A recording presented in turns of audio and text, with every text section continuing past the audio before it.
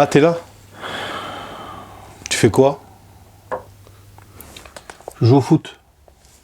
Ça se voit pas? Ouais, toujours aussi agréable.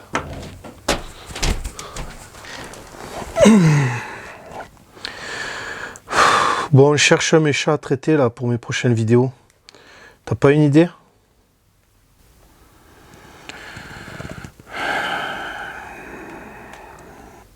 Ah ben voilà! Ça m'avance. Merci pour cette réponse. Bon, sans blague, je pense que si tu faisais un effort, tu pourrais être un peu plus agréable.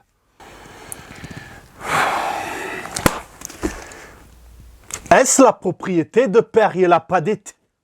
Mais qu'est-ce que tu racontes? Ça y est, on l'a perdu. Puisque nous sommes sur une exploitation laitière, je suppose, sans risque de me tromper, que vous avez du lait? Quoi? Je suis le colonel SS Hans Landa. Ah mais oui! Putain, bonne idée ça! Ah cool! Hola, c'est Mister Audi, j'espère que tu vas bien, que vous allez bien. Je suis content de vous retrouver pour une unième vidéo.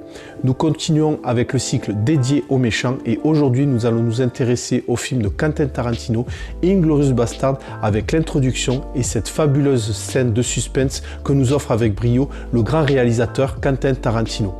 Nous nous retrouvons après le générique pour l'analyse. C'est parti.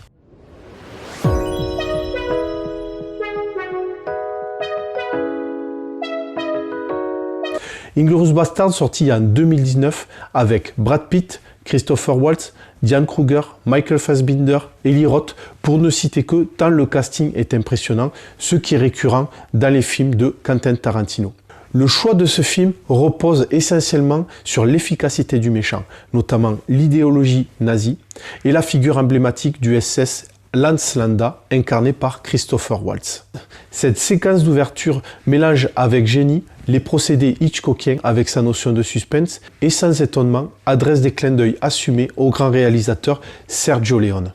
Nous allons utiliser le langage cinématographique pour analyser les 4 premières minutes de cette longue séquence d'ouverture, en comprendre les enjeux dramatiques et la psychologie des personnages, sans bien sûr spoiler ni dévoiler les enjeux et l'intrigue du film. Comme la vidéo précédente, je vous laisse le soin de découvrir la séquence ou de la redécouvrir. Pour les autres, vous avez la possibilité de me retrouver directement à l'aide du timecode pour l'analyse filmique. Je vous souhaite un bon visionnage.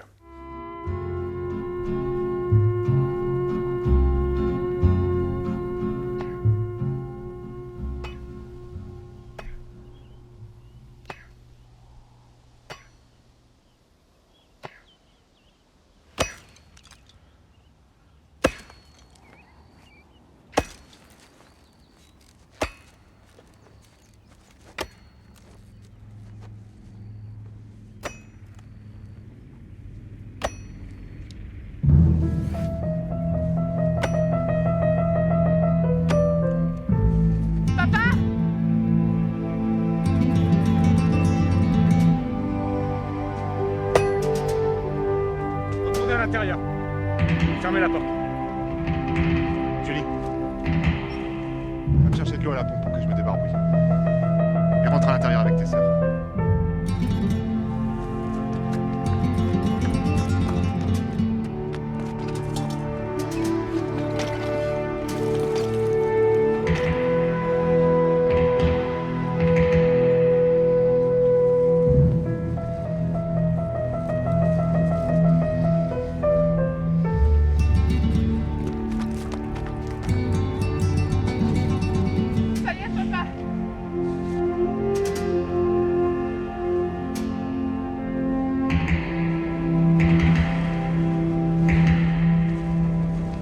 Merci ma chérie. Maintenant tu rentres à l'intérieur avec tes sœurs. Tu cours pas, hein?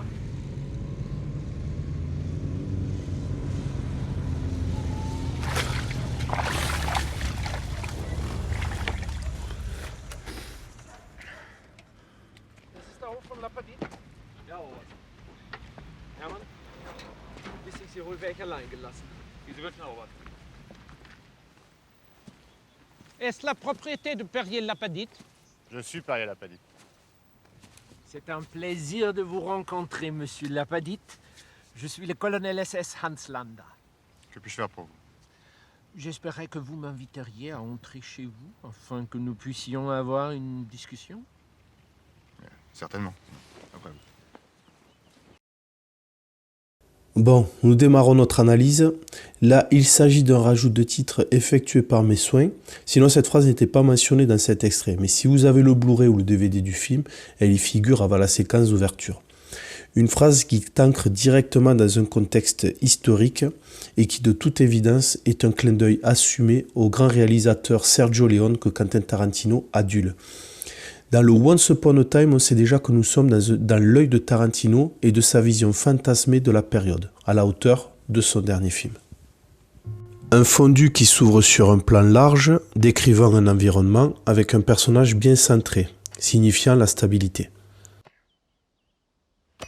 Là, par le mouvement panoramique vertical situé en contre-plongée, on nous présente le personnage, ce qui renvoie à la force et l'ancrage, symbolisé par le dur labeur et la hache qu'il tient entre ses mains. Un personnage en responsable de famille. La jeune fille enlevant le drap, comme pour lancer le film, l'écran se divise en deux parties, rappelant une impression de split screen, un procédé très utilisé chez Brian De Palma, dont Tarantino est fan. Le split screen a pour objectif de décrire deux situations simultanées. Deux actions se déroulent effectivement, avec d'un côté le personnage de Perry Lapadit, avec cette succession de plans, notamment des plans de profil, ce qui symboliquement renvoie au secret par le côté non dévoilé de son visage. Pour aboutir, là vous allez voir,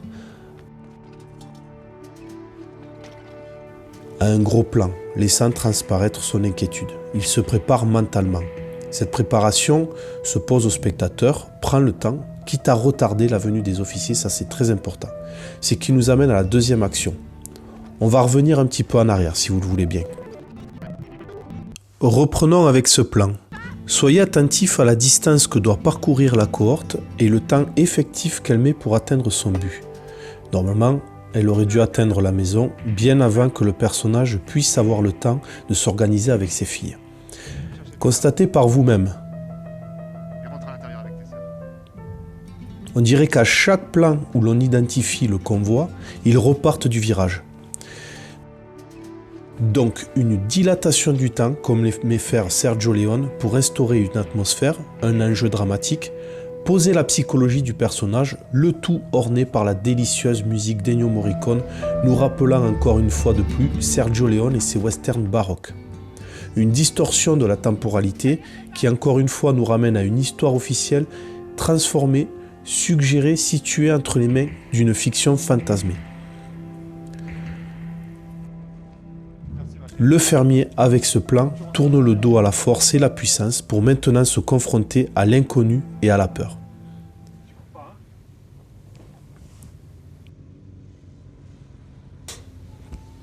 Avant même de découvrir le méchant, le moyen judicieux utilisé pour créer d'ores et déjà de l'anxiété auprès du spectateur, c'est de s'emparer de la période à laquelle se déroule le film. Le nazisme étant totalement indéfendable, un méchant bien efficace en soi. Le redoutable officier nazi SS Hans Landa rencontre pour la première fois Perry Lapadit dans ce plan en plongée dans un mouvement de grue qui s'élève, signifiant symboliquement au fermier qu'il pénètre dans son environnement intime, avec l'intention souterraine de le dominer. Le SS n'est toujours pas cadré en gros plan, mais encore en plan large et de profil. Un profil qui cache bien les intentions, malgré la poignée de main, d'ailleurs qui fait l'objet d'un plan d'insert, comme pour marquer l'amabilité du personnage et accentuer l'ambiguïté quant à ses intentions. À ce moment-là, l'officier devient l'objet de suspense. Je vais m'arrêter ici pour l'analyse filmique, tout simplement parce que la scène dure 20 minutes et que je ne souhaite pas la spoiler aux gens qui souhaitent découvrir cette fabuleuse scène d'ouverture. Cependant, je souhaite souligner le travail important qu'a fait Quentin Tarantino au niveau de la notion de suspense. Et là, j'ouvre une parenthèse sur Alfred Hitchcock.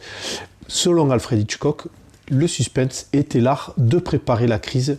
Il est illustré d'ailleurs avec la situation de la bombe placée sous la table avec les deux protagonistes, justement pour distinguer le suspense de la surprise. Quentin Tarantino manipule brillamment cette notion de suspense. Il utilise ce qu'on appelle l'ironie dramatique. Donc c'est un procédé qui consiste à un dosage d'informations, c'est-à-dire que le réalisateur décide de donner telles informations au spectateur ou au protagoniste du récit, justement pour créer des déséquilibres et générer ces enjeux et de tension. Et ce qui fait superbement bien dans le film, puisque il le fait dans le calme, ce qui justement génère encore plus d'anxiété pour le spectateur. Ce qu'il faut comprendre, c'est que le spectateur se retrouve d'office pris à partie parce que le réalisateur lui dévoile une information importante. Voilà. Donc si vous n'avez pas vu ce film, je vous conseille vivement de le découvrir. En tout cas, bon visionnage. Je vous dis à plus tard pour une prochaine vidéo. Au revoir.